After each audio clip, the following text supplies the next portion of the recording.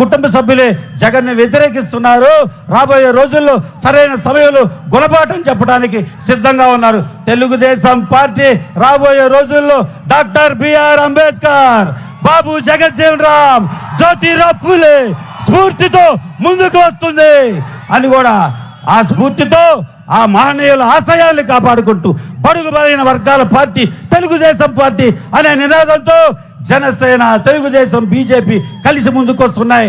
ఆ రోజు అన్నదాత పరిస్థితి, పంటంతా నష్టపోయి అకాల వర్షాలకి తుఫానికి పాడైపోతే చంద్రబాబు గారు వెంటనే యుద్ధ ప్రాతిపదికన గిట్టుబాటు ధరించి రైతుకు న్యాయం చేశారు.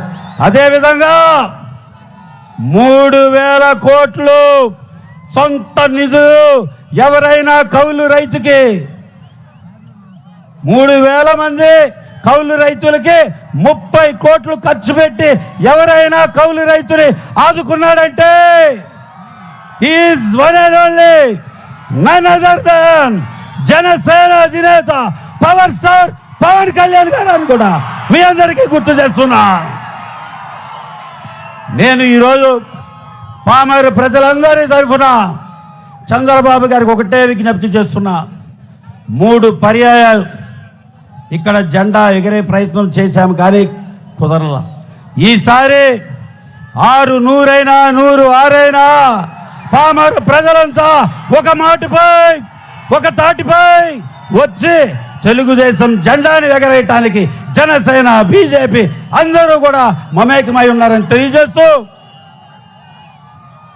కొన్ని దశాబ్దాలుగా కొన్ని సమస్యలు అలాగే ఉండిపోయాయి సార్. పాముల లంక వంతెన చిరకాల వాంఛ మా పామరు ప్రజలకి. కొన్ని లంక గ్రామాల ప్రజలు ఈ రోజుకి కృష్ణానది దాటడానికి, స్కూల్ పిల్లలు రావటానికి, మహిళలు వెళ్ళటానికి, వృద్ధులు ఆసుపత్రికి రావటానికి లంక గ్రామాల్లో పాముల లంక వంతెన చిరకాల వాంఛ. మనం అధికారం వచ్చిన మరుక్షణమే యుద్ధ ప్రాతిపదికన పాముల లంక నిర్మాణం తీసుకోవాలని విజ్ఞప్తి చేస్తున్నా. ఆ రకంగా నిధులు కేటాయించాం.